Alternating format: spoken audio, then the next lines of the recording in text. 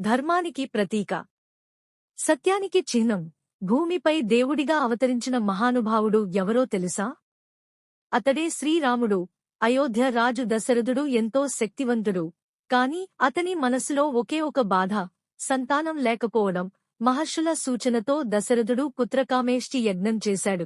అగ్నిదేవుడు ప్రత్యక్షమై దివ్య పాయసం ఇచ్చాడు. చైత్రమాసం శుక్ల నవమి రోజున కౌసల్యకు శ్రీరాముడు జన్మించాడు. అయోధ్య అంతా ఆనందంతో నిండిపోయింది.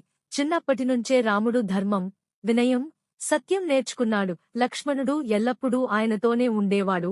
విశ్వామిత్ర మహర్షితో వెళ్లిన రాముడు తాటక అనే రాక్షసిని సంహరించి ధర్మాన్ని కాపాడాడు. మిథిలాలో జరిగిన స్వయంవరంలో రాముడు శివధనుస్సును విరిచి సీతాదేవిని వివాహం చేసుకున్నాడు. తండ్రి మాట కోసం రాముడు 14 సంవత్సరాల అరణ్యవాసం అంగీకరించాడు. సీత, లక్ష్మణులు కూడా ఆయనతో వెళ్లారు. రాక్షసరాజు రావణుడు మాయతో సీతను అపహరించాడు. అది రాముడి జీవితంలో పెద్ద పరీక్ష. హనుమంతుడు రాముడి దూతగా లంకకు వెళ్లి సీతను కనుగొన్నాడు. వానరసేనతో కలిసి రాముడు సముద్రంపై వంతెన నిర్మించి లంకకు చేరుకున్నాడు. భారీ యుద్ధం తర్వాత రాముడు రావణుడిని సంహరించి ధర్మాన్ని గెలిపించాడు. అరణ్యవాసం ముగించి తిరిగి వచ్చిన రాముడు అయోధ్యలో రాజుగా అభిషేకం పొందాడు. అది రామరాజ్యం, సుఖశాంతుల యుగం. అలా శ్రీరాముడు జన్మించిన రోజు రామ నవమి జరుపుకుంటాము.